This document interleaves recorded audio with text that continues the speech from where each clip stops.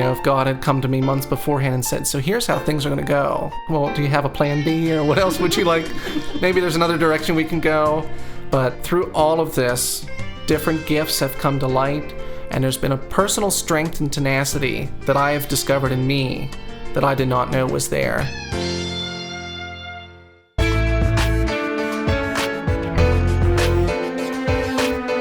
Welcome to the Brand New Me podcast. I'm Frances. And I'm Pam. And we are two women passionate about helping others thrive in life, not just survive. In each episode, we're going to find creative ways to offer hope for your future through our own life experiences. So join us every week as we learn together that we really can be a brand new me.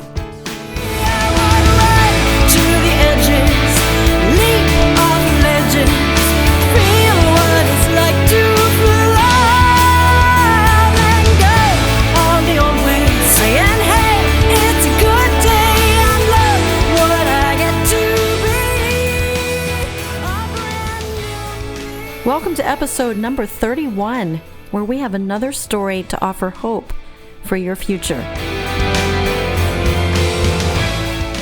What if you awoke one morning ready to begin your day like every other day, but instead of hopping out of bed, you fell to the floor with half of your body acting as if it were paralyzed? Well, we're going to hear from a young man who that happened to, and he's going to tell us how he survived it and is actually a stronger person because of it. His name is Marty Zimmerman, otherwise known as Zim, just a young man, and he brought his mom along with him. It was a Thursday morning, March 7th of 2013, about 7:30 in the morning. It was just a typical day. I was getting myself ready to go into my part-time work, which was at Klein's grocery store, where I was a deli clerk. And I intended to get up, take a shower, change my clothes, get ready to go in, and I think at 10 o'clock I got out of bed, stepped down with my right foot, stepped down with my left foot, and collapsed. And I didn't know what was going on while I was lying on the floor. I could feel that my left side was kind of tingly, as if my muscles were asleep, and I thought, okay, they're just extremely fatigued, and I thought it'll just pass away like it always does after a couple minutes. And the time kept ticking by, no change. I can't sit up properly. I'm kind of hunched over, leaned over to my left side, which has no strength, no mobility, and I don't know what's wrong, but I can't get up. I can't do anything but just kind of just lie there in a heap. Even in that frantic state of mind, I had enough sense to realize that my cell phone was above my head. So I was able to grab it with my right hand. I called my dad on the business line. My dad is a funeral director in Greencastle, and my apartment's in the funeral home building. So I was very hopeful that he would be in the building and be able to come over and evaluate me or call for help. And I was able to do that, and I was still able to talk with my dad, and he came over and he tried to set me up, and that's my last concrete memory from that day, of Dad trying to set me up and me just kind of slouching over. And the tone of his voice went from confidence to near panic, which kind of unhinged me more, because that's not a tone that you hear in your dad's voice very often. Being a funeral director, he knows anatomy, so he was thinking stroke, but how many healthy 25-year-olds have a stroke? And so he ended up making 2 phone calls, one to my mom, who was on her way with my grandmother for a women's Bible study that morning, and he called 911. The chief of police, John Philippi, just happened to be a couple doors down that morning, so he was the first of the first responders to come and evaluate me. And I think by the time he got there, my mom was already there, and I was talking with her. I have no memory of that. She tells me that the last thing that I was telling her was complaining of a severe headache on the right side of my head, and I just tapping my forehead and just saying headache. And then I had a seizure and went unconscious, and chief of police was checking me out, and I guess soon after that the paramedics came in. They didn't really know what was going on with me either. I think, I guess in this day and age they asked if drugs was a factor, but my mom said no, he's as straight-laced as can be, so that's not it. They ended up just carrying me to the rear of the rescue hose company, the local fire department in Greencastle, and they just simply told my parents that I'd be airlifted somewhere. That was how the morning ended.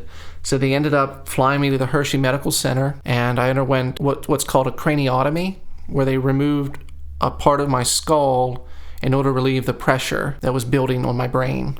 And it ended up being a hemorrhagic stroke that was caused by something known as a brain AVM, which stands for an arteriovenous malformation. So that just simply means that the arteries and the veins in the front lobe of my brain were not developed properly, and it ruptured somewhere in the middle of the night or very early in the morning.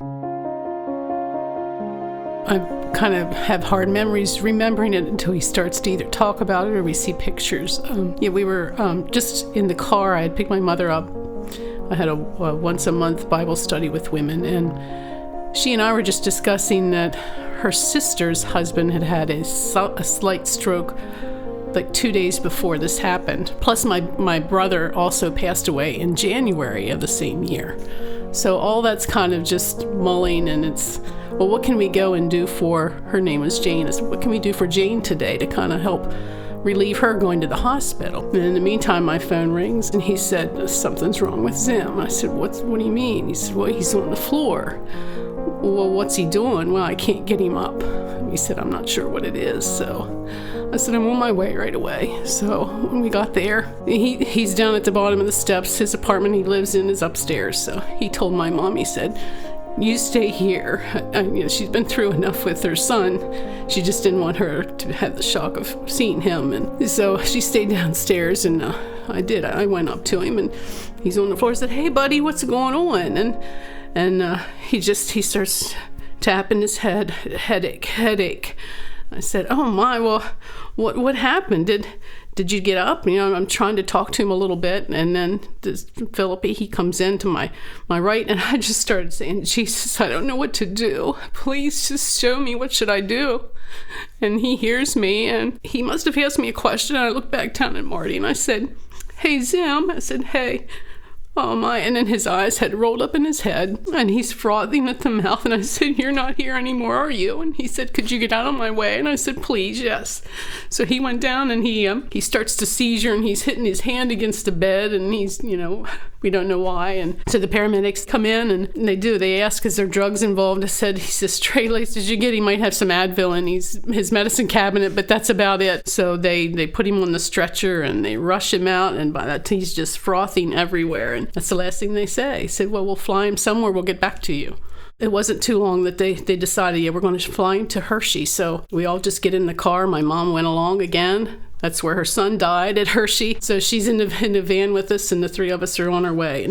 And then Marty's phone rang again, and it was Hershey. They said, do we have your permission to do surgery? And he said, well, what's our options? That's the only option. He'll die if we don't. I said, yes, do it.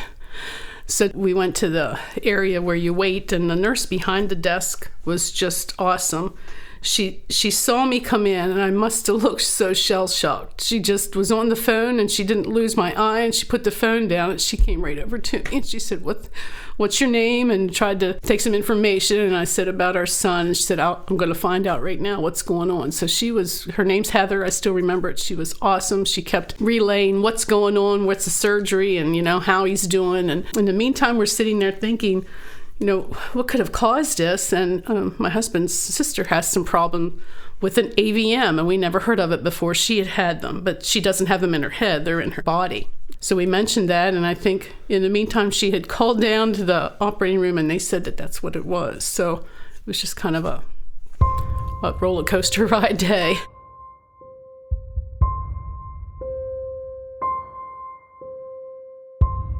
Marty, what were your plans for your life? I was in the middle of class for my master's degree. I was about halfway through the graduate program in applied history at Shippensburg, and I just kind of assumed that I would get the degree and go into museum studies of some sort. Applied history just simply means you educate the general public about history. So leading tours, working at a museum or national park. So I just kind of always thought that that's what I would like to do. And this interruption is what I call it, took place. And that's the name of your book, Life Interrupted? Yes. All right, so now we're back at Hershey, and you are in the operating room. Pick up from there. They did an immediate craniotomy, removed the piece of skull to relieve the swelling and the pressure on my brain. Then they took that chunk of bone and placed it in a freezer up at Hershey to be reattached at a later date. So there's a picture that my mom took of me in the hospital bed, hooked up to all the cables and wires and the ventilator and everything, and that's how they left me that night. Hershey said that they would attempt to remove the tube in the morning. Of course, it had been a roller coaster day for them. They're completely exhausted. And they tell me that when they got home then, that they got a phone call when they got home, and it was Hershey saying that we decided to remove the tube now. Your son's first question to us is, where are my parents? So that was comforting to them to know that I was still aware of their absence. And then I ended up staying a whole week at the medical center. Then they transferred me to the Penn State Hershey Rehabilitation Hospital, and I was there for 6 weeks, going through occupational therapy, physical therapy, speech therapy, anything and everything. So they were trying to determine what was lost and what I could regain. There are different stories that come out of I have no memory of them at the medical center. Probably my favorite story out of what they tell me, though, is the day after, or a couple days after, at the incident at the medical center, my mom and my brother Evan are in the room, and there's a nurse there asking me to compile a list of words that started with the letter M. I know proper names. So they tell me I started out with like mill and monkey, and then the last two words I gave to the nurse were multifunctional and morose. And so that was, again, another uplifting piece of evidence for my family to think that, okay, Zim is still there, somewhere in there in the mix. Did they tell you that this was something you had from birth? I was just curious if it's something you're born with and it happens later on in life. My understanding is it is a birth defect, so it is congenital. Supposedly it's not genetic, but like my mom said, my aunt has AVMs in her abdomen. I come to find out that I have a great-great-great-grandfather that it sounds like that's what he died from, of a sudden brain hemorrhage. So maybe there just needs to be more evidence collected. So you don't remember the 6 weeks? Are you referring to the 6 weeks of therapy and all that? You don't remember any of that? Pretty much while I was there, I wore a protective helmet because it was just skin and brain, so I needed something to protect my brain. And I sat in a wheelchair or laid in a bed. That was how I spent most of my time at the rehab hospital. Certain things I can remember, and at the time I thought, I'm always going to remember this because it's just such a traumatic episode, but I guess I tell people I haven't rehearsed those scenes often enough, and they're starting to become really faded. What were they thinking your life would be like now? From what the doctors had told my parents is that don't be surprised if he, now because of the damage done, that he could be prone to impulsive and irrational behavior. He could just say things or just do things, which is so counter to my nature, my personality. My mom took each of those claims, prayed about them, and sent them out to people via Facebook, which was social media was a huge help in keeping people up to date with my journey. And so she said, this is unacceptable. We're not going to stand for it. And none of that panned out. So who was the Marty before that she was saying, or you say that just was not like me. So what were you like before that? Well, I guess always tended to be shy, not extremely outgoing. I was always comfortable with chit-chatting with people, had a real strong interest in history, especially the Civil War. Just laid back. I was involved with the museum in Greencastle. I started out as a docent, and when this happened, I was on the board of directors as the secretary at the time. Graduate student, part-time deli clerk. I was just starting to feel like I was getting some momentum behind me. I graduated from Messiah College in 2010 with no real direction, and part-time work fell into place. Then I was starting graduate school, and I thought, okay, I have a sense of what I'm going to do. Things are moving along, and I'm feeling pretty confident in my writing, in my studies. And then this just came out of left field, and I kind of had to reevaluate some things as to what do I want to do with my life, and I put my gifts to practice then. So Marty, you're lying there, you're not well, and it came to the time where you could really start to think about all these things. Mm-hmm. And I'm sure you were asking God, now what am I going to do? Did you have an inkling of how God could use you now, or were you not even at that place at that time? One memory I do have from the hospital was with my mom and my grandma sitting at the stroke seminar. And that was the first time I got the sense that, wow, this could have killed me.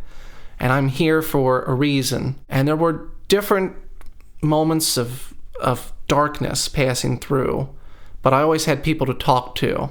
Mom came up almost every day, just about every day, usually with somebody. And I had a great rotation of visitors from friends, classmates, my professor, he and his wife came, my dentist came. There were just different people. So I always had an outlet to communicate frustrations and disappointments, and I really thought, what can I do? The first thing I had to relearn was how to sit, because all those muscles were thrown off. To relearning how to walk, how to put a shirt on. I couldn't go to the bathroom by myself, and I didn't sink into depression, I think, like some people do when they're going through a recovery like this, because I had that network of people behind me encouraging me to just keep pressing on. But I really thought, if I can't sit, how can I walk? How can I drive? How can I live independently? But I really wasn't, at this point early on, I wasn't angry with God for letting this happen. And I wasn't too concerned about the why now. I was more focused on, to the therapist, you tell me what I can do to get better. Because I always had that kind of forward thinking, is that I need to get better to do this, or there was a purpose that I needed to get better for. But you had to, I guess, go on with my story. So they reattached the bone in June, which rounded out my head again, put the safety helmet away, which was fine, because I hated that thing. I tell people that. If you look at pictures, it's crooked, my left arm doesn't work, so I can't fix it, it's hot, it's itchy, and it just makes you stand out. You're in a wheelchair with a white helmet on. It draws attention that you don't want. So after the surgery in June, I'm looking much better. I'm feeling better. I'm doing outpatient therapy at Chambersburg Hospital. Things are coming back online. I'm feeling fantastic. And then another curveball comes out of nowhere in late July.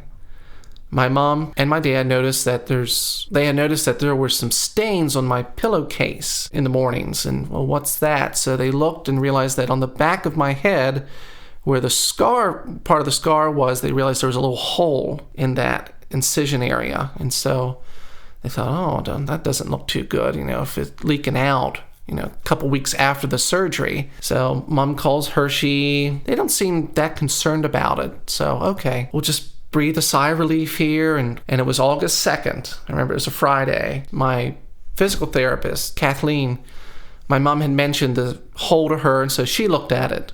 She didn't like the looks of it, so she called Hershey. They have a different reaction to her and whatever she said. They told us, come up immediately to the medical center and enter through the ER, and somebody from neuroscience will look and will talk with you. Okay, I'm feeling a little anxious, some butterflies in my stomach, but I'm thinking, okay, if it's an infection, they'll give me an antibiotic. So I'm thinking about as optimistically as possible, is that they'll give me that. Mom and I will have dinner at the Hershey pantry. I'll have a crab cake dinner while we're already, all the way up in Hershey. Might as well make it worthwhile. And that did not happen at all. So I should have mentioned, too, my initial surgeon, Kevin Cockcroft. He actually is one of the leading brain ABM specialists in the country. And that's who took my case. Sorry, between the crab cakes and the fact that I thought you were going to say Kevin Costner, got me distracted. Well, okay, that would, I guess. That's all right. As far as I know, he wasn't there. As far as you know. As far as I know, he could have been. Remember everything. Yeah. But the neurosurgeon I met this time, and we were escorted to a little room off the ER, and we waited there for the medical team. Dr. Villanueva, he was the neurosurgeon on duty at the time, an associate of Dr. Cockcroft, so he came in and he dashed all my hopes to bits.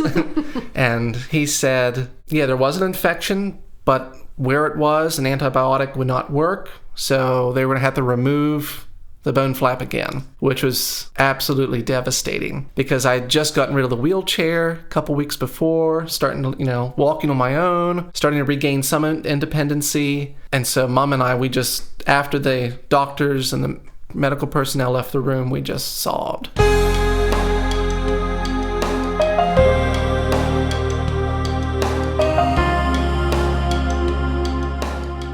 to go back to the wheelchair. I'm going to have to go back to the helmet. How long is this going to throw me off course? I still remember after we were trying to comfort each other and we're just a big puddle in the middle of the room, the one doctor comes back in, and there were little God winks along the way, just little things that okay, God is still here. He's very much aware of what's going on.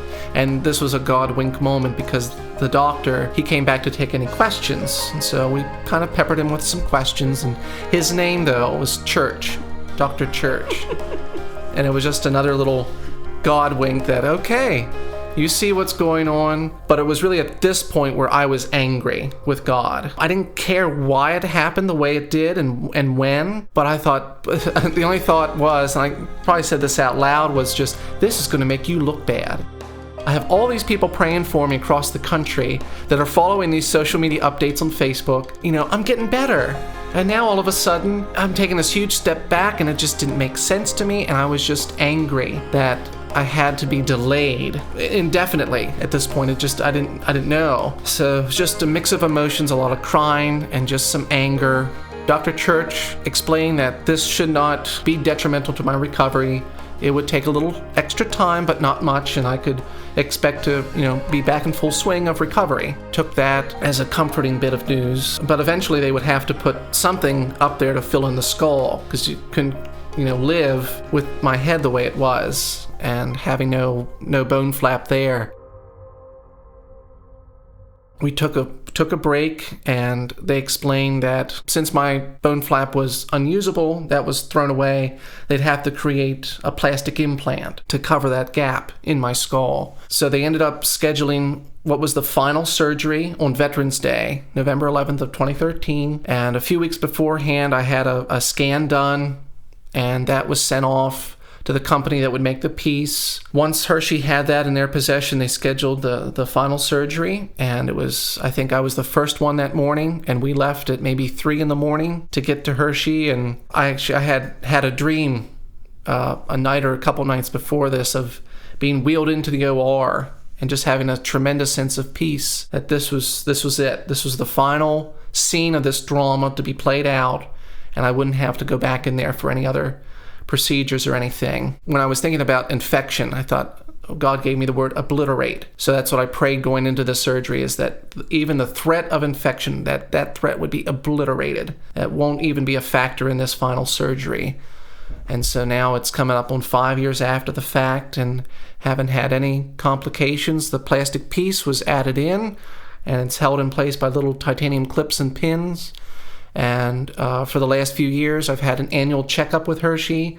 I go in for a CAT scan. In addition to doing the craniotomy, they basically glued shut the leaking AVM. And so they just have checked up on that every year to make sure that there's no changes. This past year, when we went, there have been no changes. And Dr. Cockcroft and his team said, we'll schedule an angiogram for 2018. So I have that coming up in April. And they'll take the little camera up and look around, and they said, if that looks good, you don't need to come back. So I'm banking on that.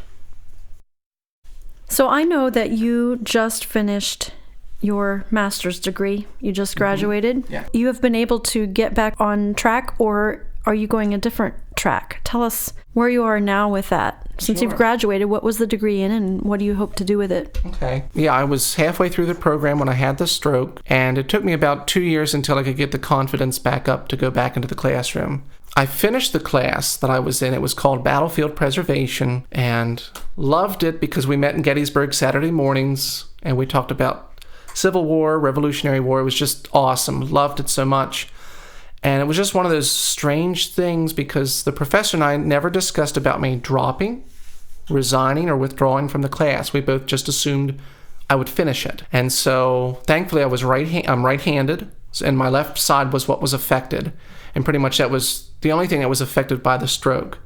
Just a deficit left side. My speech, my memory were fine. So the professor, Dr. Walter Powell, and I talked and said, I would write out my midterm and write out my final. I couldn't type, but Mom could type it for me. That's what we did. I proofread it, went back through, and then sent it to him. And I got an A in that class. which is probably the best A I've ever earned, because I thought even with brain damage, suffering a hemorrhagic stroke, I can still produce A quality work.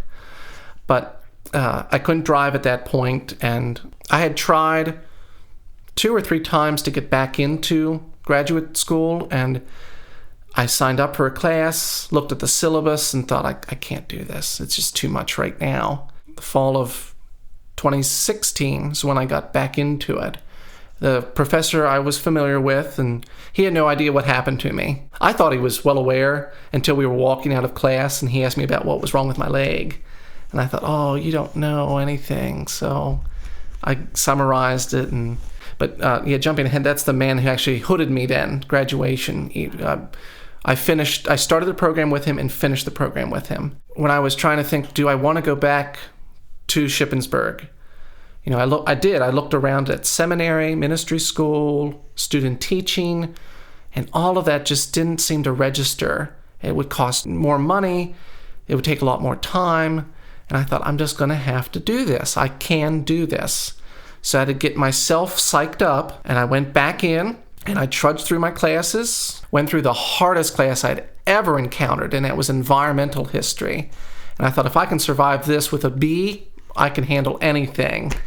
So this past fall, I had my internship with the Renfrew Institute in Waynesboro, and graduated here in December, and then I had applied to be the commencement speaker, and I was given that honor. So I was able to share my story with hundreds of strangers that were there in a public university setting. And it was a sense of fulfillment for me, having gone through all of that and to be able to walk across that stage to get my diploma and to be hooded. I knew that if I did not do that, I would really regret it and kick myself for years down the road for not having finished that, having been halfway through and said, it's too tough. I'm kind of taking the degree in applied history or public history. And again, that's where you're educating the general public about history. I always thought museum would be a great setting. I'm kind of leaning more towards like being an adjunct faculty member at a college or university. But I'm still trying to figure things out. And just had a recent conversation with some family I don't know if that's really what I want to do. I don't know if I want to maybe pursue more of a ministry type thing, because I have my testimony, and then I keep adding prophetic writings, and I love that. I love interacting with people. Let's talk about the prophetic writings, and some people might not be familiar with the term prophetic, but prophecy basically is just another word for encouragement or exhortation or building people up.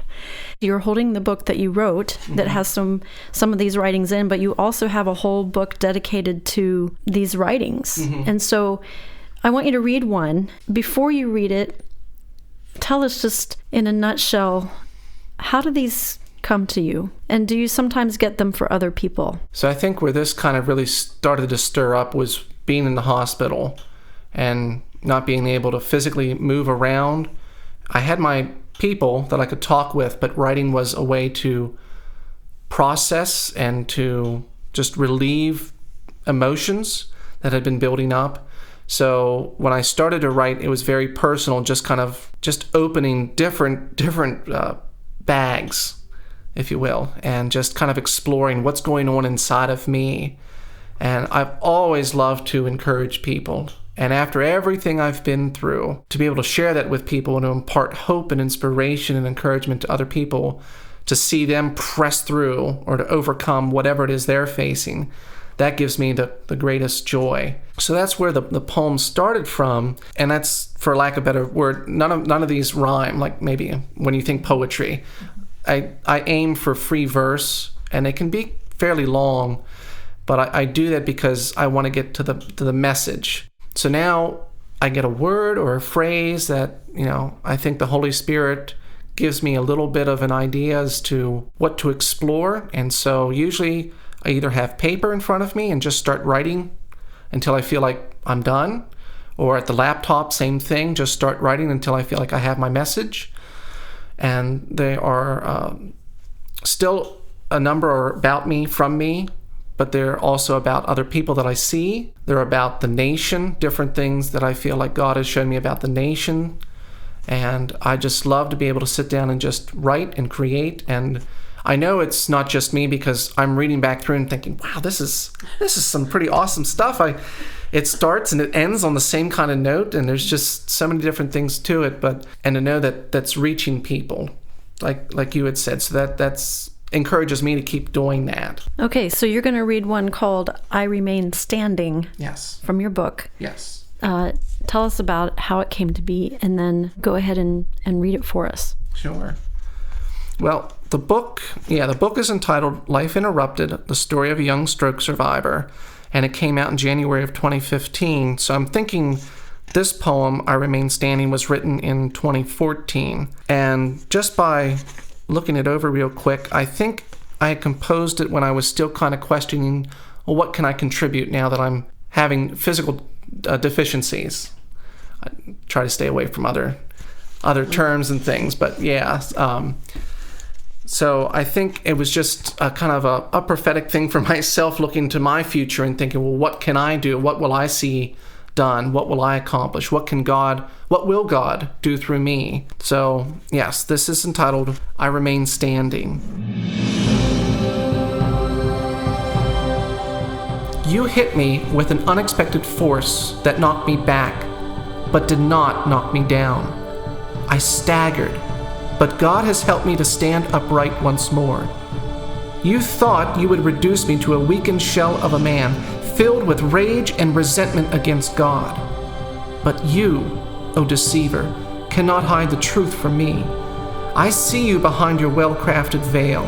You are a manipulator, the chief liar. God did not orchestrate this. He preserved me through this attack. I now have a platform where I can share the gospel and testify that God heals and restores. Sharpen your axe, grind your teeth, intimidate me with threats, and glare at me with a mixture of hatred and annoyance, for it makes no difference to me. I was fashioned with a purpose, and until that work is brought to completion, I will be here. I know that God is not done with me. God will rattle the gates of hell through me. You have not broken me, but awakened a warrior spirit within me. I will rail against your strongholds and speak against your schemes. I will see the captive set free. I will be emblazoned with a passion for God. I will see wicked designs unravel, blinded eyes open, hardened hearts softened, evil spirits thrown into frenzy. The Lord reveals himself and is in the middle of performing a mighty and good work within me. What can stand against God? There is no force assembled on earth or in hell that can overwhelm heaven's armies.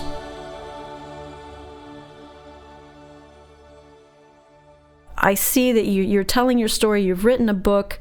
Are you getting opportunities to tell your story to other places? Yes. I think the first time I gave my testimony was in the summer of 2013 in July at the Greencastle Baptist Church. That was before everything went way up in the air again. A few months ago, the Hershey Medical Center, or actually it was the administrative nurse at the rehab hospital, emailed me and asked me if I'd be interested in them using my story for their Inspiration Together series, which, from what I saw, they take success stories of former patients and kind of broadcast those to people that are, currently going through different trials and having health issues. So I've, of course, said, yes, please, what do I need to do and what can I do? And so I'm to touch base with them and to work with the marketing team at the medical center here in the springtime to figure out ways to promote my story. And I told people that was not a door that I was even looking to walk through. It was just a God opportunity. So I don't know how many other people that'll reach, but just to be able to impart hope and encouragement to those people that are in need of it. Do you feel like you're a better person because of this experience? Yes, I've told people too, if God had come to me months beforehand and said, so here's how things are going to go. Been like, well, do you have a plan B or what else would you like? Maybe there's another direction we can go. But through all of this, different gifts have come to light, and there's been a personal strength and tenacity that I have discovered in me that I did not know was there. Because I'm shy, kind of, very laid back, and I'm still that way, but there is a fire inside of me that I think's burning like that wasn't there before all of this. to be able to contest for things too, to not give up hope. Okay, Mom, I'm going to ask you the same question. Is he the same boy he was before this happened? I would have to agree with just what he said. He's still laid back. He still has the same personality, but the fire and the determination, the desire to not pull back, to go on, yes, that's definitely a difference. He's a stronger man now, for sure.